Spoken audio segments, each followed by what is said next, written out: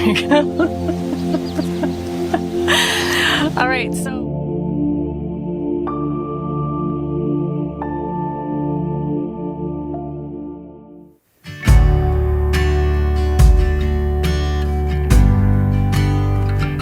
this week started with finishing the Gable on the east side. The temperatures have been quite cold and working in it is pretty exhausting. As much as we love the magic of the winter, we are ready for warmer temperatures and the spring to arrive.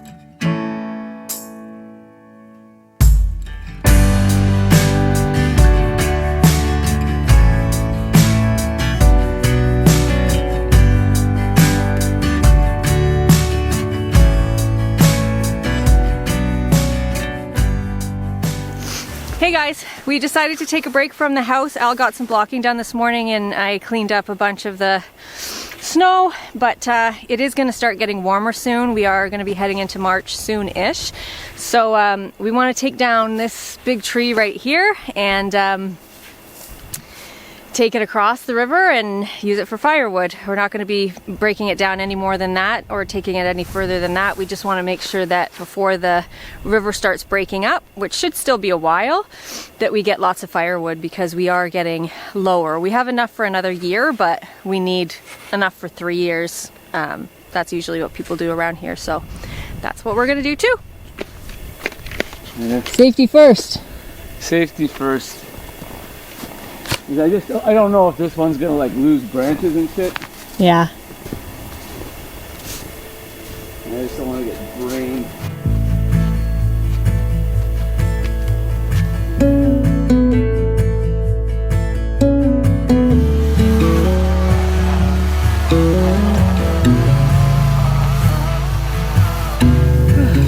Might need my axe. Actually, like, chop some of this out.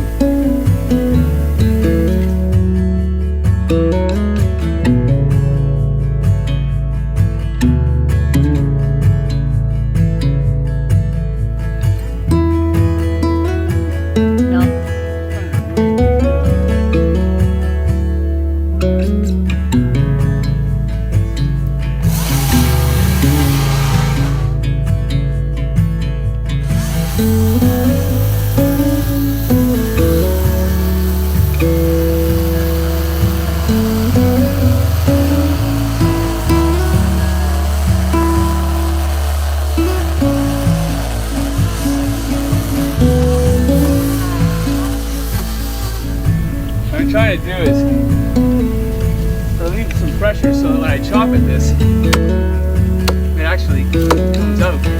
Yeah. It's not really working. It's so Strike. nice.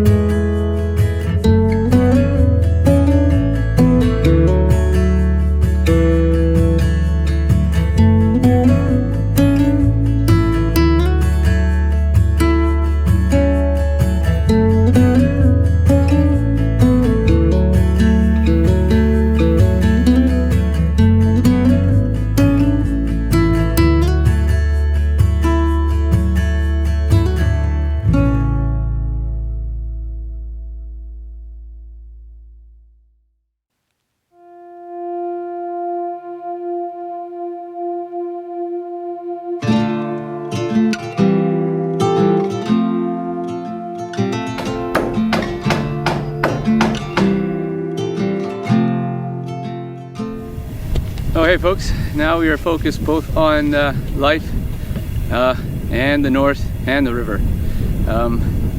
Working on taking down a pretty big tree, probably the biggest one that I've cut down so far.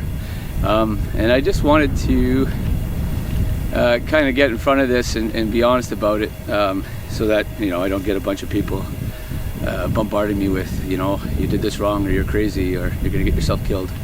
But I did realize, as much as I did some reading about, you know, felling trees and do have a respect for the danger of it, there was one thing that I was doing yesterday that, in hindsight, and I found a great video, and maybe we'll post the link, or I'll just say, for folks that are interested in cutting trees of any size, shape, or form, if you're not going to get a professional, at least find some, you know, videos of people that know what they're doing, and just learn some of the basics.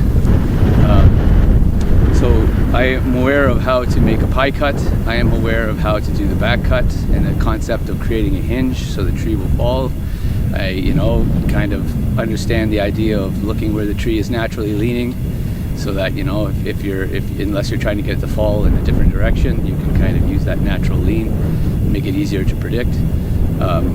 And I am aware of the concept of barber chairing, but yesterday I was doing a lot of work cutting into the back cut for this tree, and I am like sitting right behind the trunk, you know, squatted down and digging in with the chainsaw, and not really remembering in the videos that I watched previously that the idea of barber chairing is, for anyone who's familiar, it's the idea that in an ideal situation, you do your pie cut, you do your back cut, and then that little piece between is the hinge, so that instead of the tree doing all kinds of unpredictable things when it snaps off, that it just bends the fibers, breaks them, and falls down, and ideally is still attached at that hinge.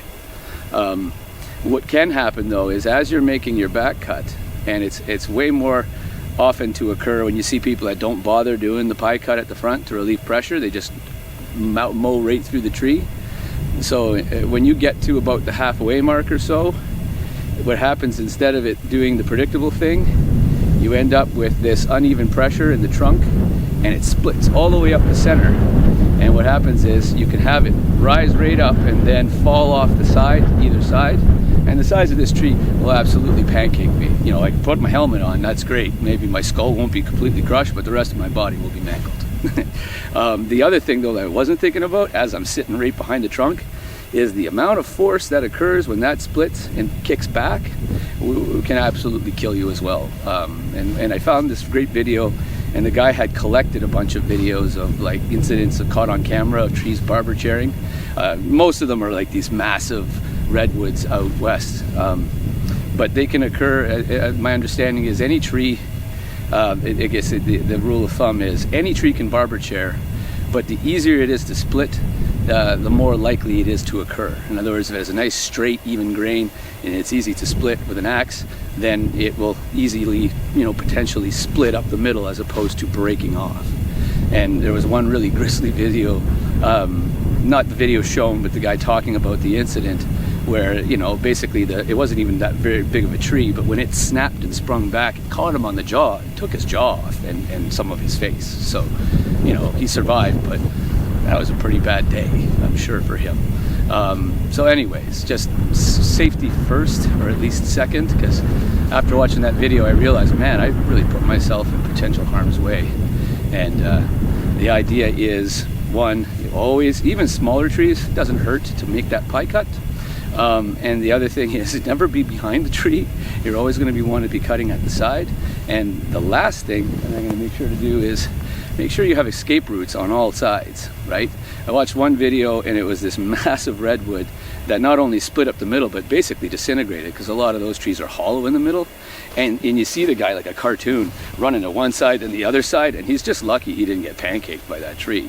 So I'm going to use the shovel to carve a path out on both sides, so that depending on what happens here, I have a place to go, that I'm not trying to trudge through meter deep snow, you know what I mean? And slowly, come to some kind of cartoon situation where I, again, get pancaked. So wish me luck.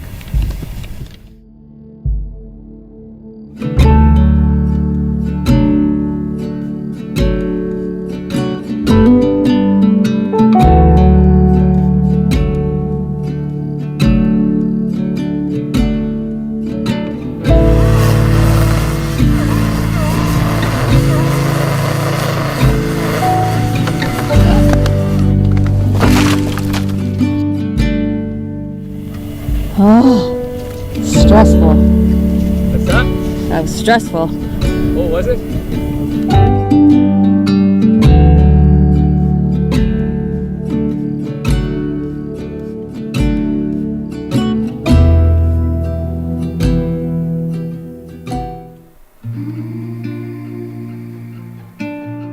Listen for me in a violin. Listen for me when the knife is turning. Listen for me when the world is burning. Babe, would you listen for me? Listen for me in a crowded street. Listen for me in a winning streak. Listen for me when you're at your peak. Babe, would you listen for me?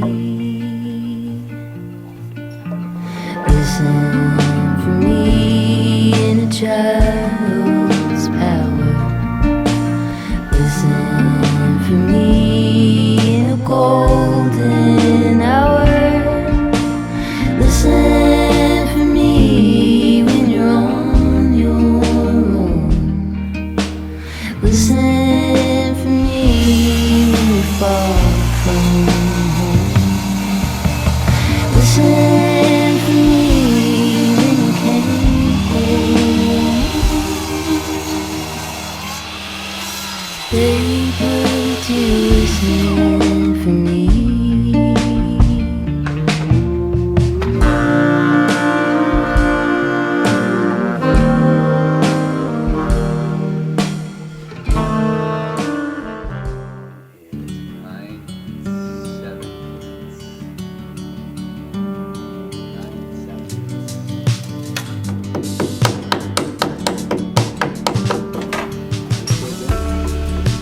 This week ended with the finishing of all the blocking, including the skylight in the kitchen, and the scraping off of as much snow as we could between the rafters. We still have to haul the firewood across the river to be split, dried, and stacked in the spring.